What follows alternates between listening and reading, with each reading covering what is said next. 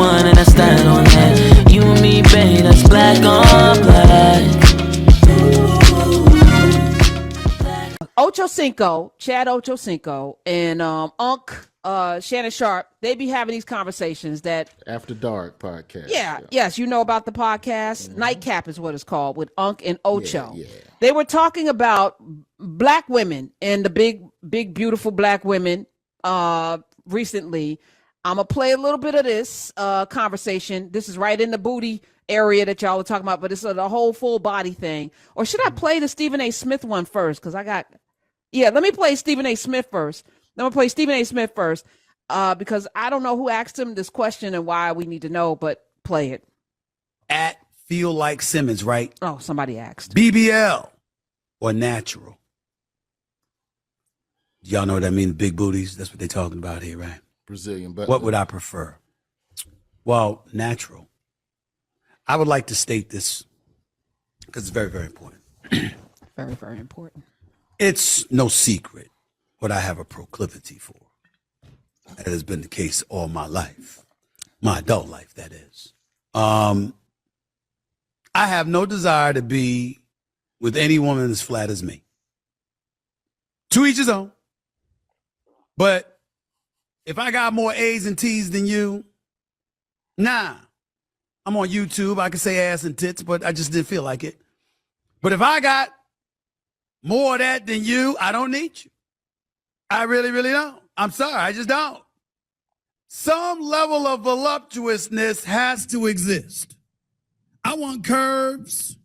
I mean, you can have some up here. I prefer a lot back there. No doubt about it. Legs matters, hips matter. I don't want you ugly, but you don't have to look like Halle Berry or Beyonce either. You understand? Strong seven. Strong seven. Stephen A. That sounds like a brother that's afraid to go to court. What? Yeah, no. I'm gonna say. Let me say. Civil suit. I'm saying absolutely nothing on this. I just played it. I'm gonna be quiet. I'm trying to understand why this is a conversation that's being had in open forms. Give me Shannon. Give me Shannon and Ocho. Okay, all right. Now I'm gonna play Shannon. Good, because yes. All right. So Shannon and Ochocinco, and I want to be Team Ochocinco, except he headbutted Evelyn Lozado a while ago. So I'm still like, I don't know. You might be problematic, but I think all of this is problematic. If I'm being honest, I even think this conversation, it should be had in a barbershop, and it should never be public, because I feel like we're influencing the next generation. And athletes should definitely, they are not the barometer of how we should be treating one another. But it's Friday, so play it, Smiz. Oh, 1998, the year I was ineligible at Santa Monica College. I was ineligible in 1998. Man, my mama pissed. My grandma wouldn't even let me come back to Miami. Like, listen, baby, I done watched my grandma. It's her favorite line. I washed my hands. I done all I can do. Mm-hmm. Make sure you stay up there with your mom in LA. Shoot, I had to make a living. Boom. I was working at the Right Track, exotic club, so I was dancing, making a little living. I was bringing in about like $2,500 a night. Right Track, off of Florence. Yeah, off of Florence. Yeah. Hold on. Women paid to see you get naked? Man, listen. Or they paid to see you put your clothes on? Because you probably walked out there with a... I ain't trying to be funny. I told you we family now. I wrote at the Right Track on Florence. This way back in 1998. That's the wrong track. They used to call me Twix. Because I was tall now, but I had a lot of veins, but I wasn't big. So they call you Twix for another reason. I thought they called you Twig, but okay, go ahead, tell the story. No, they call me Twix. And always what I learned about the nightlife, and obviously when you're dancing as a dancer, you always dancing for the BBWs, the big women, because they tip good. They tip real good. They tip real good. So I would make it $2,500 a night, and you ain't a lady if you ain't 180. Yeah, 210, count your boy in. Yeah. What? Ooh, I like that one. I like that one. But listen, making Friday, Saturday, Sunday $2,500 a night. You had a couple of more, the plus size ones, huh? Oh yeah. There's nothing wrong with them, Ocho. Ocho, you know what I'm saying? My grandpa used to say, boy, sometimes you gotta slay a lot of dragons to get a queen. Yeah. Where the queen at? What does that mean? Castle. Sometimes you gotta slay a lot of dragons to get one. Yeah. The funny fact is is because of my love or their appreciation for me during that time of my struggle and always blessing me. I had always chose to date and talk to those that were what we call BBWs. Yeah. You know, I love them to death because they kept me above, they kept my head above water. They like them rough times. Plus size women. They like them skinny dudes. They love us. They love us, man. What two big people gonna do? Take down a buffet? What y'all gonna do together? I mean, y'all be sumo wrestling in the bed. You very rarely see Why does this matter? healthy people together. Very rarely. Yeah. You know, one is small and one is plus size. Or I call it big bone, like my grandma used to say. Mm-hmm. Oh man, it was a blessing, man. Oh, except for that headbutt, man. Me and Ochocinco, and I love Twixes. That's like my favorite candy. If I back in the day, you know, the Twix with the cookie in the inside and the caramel, the little chocolate on it. Roy, you got anything to add? Let me start first by saying that, you know, Chad Ochocinco Johnson has made his mistakes, but I will say, if we're going to go some of his character over the last little while, the brother has done nothing but be a mentor and donate his time and money to Florida A&M University athletics. And as a rattler, I need to say and acknowledge that first and say thank you to Chad for being great with those people. However, I don't know if I needed to know the butt naked stripper story. Oh, I needed to know that.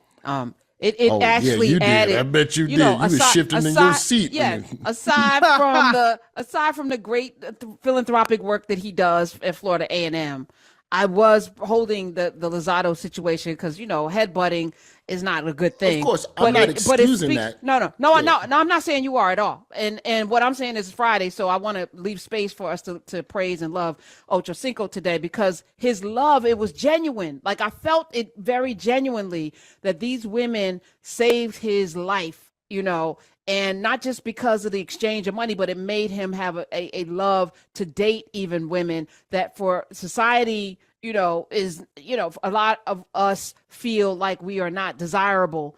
And I'm sure Chad Ochocinco made them feel you felt desirable. Wanted. And I love him for that. He made them feel wanted. Yeah, yes, it's a beautiful thing. I love him for that. Why Shannon Sharpe got so many country ass sayings? Like, is he making them up at this point? Because he got one for everything. My daddy tell you, a frog got 3 legs, it's still gonna jump. If a frog was a hog, I'll make it a dog. I'm like, nobody told you that, Shannon. I'm from the South. Ocho. Making up stuff. I just wanted to know, how do y'all feel about women of a Zoftic size? Zoftic, you know, someone in the chat, in the Nubia chat, talked about Adele and Rich Paul, which I also am like, yes, Rich Paul, if you're gonna pick a woman without melanin, white girl. Okay. But have you seen Adele from the side? She ain't got no civil lawsuit booty. Right. No. Adele ain't a long back. Right. No, that's she's true. not. No, she took that picture. She put up a picture yesterday, black and white. She looked like Jill Scott in that picture. Everybody was a little confused. It's like, is Alicia Keys got a new album coming out? No, being with Rich Paul, when you date a black man for so long, like I'm confused by Coco, at some point, you know, it gets in you. Mm-hmm. But here's a question. Here's a question to you. Well, I have dated women of varying sizes, and you know, in terms of what did he say, Rod? You got to slay a lot of ugly dragons women before you have sex. No, he said dragons. He said dragons, which I was confused by. Are you calling the big women dragons? I didn't like. That part. I didn't like him a in little this. less praiseworthy. Yeah, I'm like, who you calling a dragon? You got to get through the ugly women to appreciate the good one when you get. Who determines who's ugly though? All right. Even Stephen A. talking about a 7. I'm like, yeah. I mean, we do. We determine who look good. We who? Our own sexual desires decide. Yeah, but your sexual desires are cultivated in a society that has put in front of you the image of what is desirable for 400 years. So even in the black community, it is keen features, this and that. We are just now in the last maybe 20 years, you know, after Al B. Sure and who was the other one? When Morris Chestnut came into view, men of a certain chocolatey hue started to get a lot of love, but he's got keen features too. Jonathan Major is being lusted over. It was his body, but he don't have no keen features nowhere, and women were lusting over him. You talking about like the chiseled jawline, pharaoh looking face, the nose, and the lip, all of that. You know, what's the other guy the played in Creed? He's not, to me, Michael B. Jordan. You know, he looks like a little, you know, he's got like his jaws or whatever. He's got, you know, bulbous feet. Like this is recent though, that we found these people desirable, but we have been conditioned to think what is sexy is through usually a white gaze. Okay, so then if that's the case, then is Stephen A. Smith not wrong for not wanting someone that has a Brazilian butt lift or plastic surgery done, because they're augmenting themselves versus being with someone that, I don't want to say the word confident, but someone who just is fine with where they are and what they are and going after that. Okay, I'm going to say this just out of knowledge. This is something I know. Stephen A. Smith is very confident in his abilities to be in relationship with women. So he doesn't have to have somebody on his arm that fits a certain kind of aesthetic, because he values the relationship. You understand? Which is why you don't really see a lot of pictures and stuff. You don't see a lot of stories, right? Because he actually values the relationship. A lot of people want to say things about him, you know, he's weak or whatever. Now, I happen to know that he is very confident in his abilities to be in relationship with people. That said, I feel like Unc didn't have the same confidence. You know what I'm saying? Like you can hear it in you calling people dragons and all of this stuff. It's like but he talks about this too, not feeling very secure. Terrell Owens not feeling very secure as men. So your choices of women now, and I think Jonathan Majors is in that same category. You could see a lot about a man's confidence in himself by who he chooses to spend his time with. It's not the people you play with, but it's who you stay with. I think a lot of it too is a lot of sexuality and attraction is still based on what you think people gonna think about you, like based off of your choice. Like I got homies that are like, I can't be with a woman that my homies don't think is blah blah blah, and I'm like, I mean, if your homie's opinion is that important to you, sure, but to me it's like, at least to me, love is not about that. You know what I mean? My personal confidence is not based on what they think. They can think whatever they want. Bro, I missed one one time in Birmingham years ago. I made the mistake of telling my homeboy I'm gonna try and holler at her, and he went, "Man, she boring." And the more I thought about, and I let him psych me out of asking her. Now here I am at 44. I would love boring. Right, boring is great. I would love someone that just come home at 5:35 and don't do nothing. That's perfect. Stable. You want to go out to eat twice a month? Fine. Right. Let's do it. Have some kids. Take care of the kids while I'm on the road getting heckled, and I'll be back home and be boring with you. Also, like, I wonder how much of stuff like infidelity is based off of that too, where people feel like, well, I picked a person that I thought everyone would approve of, but what I'm into, not this. Oh, well, now you're getting into marital pressures and performative relationships. That's a whole nother category.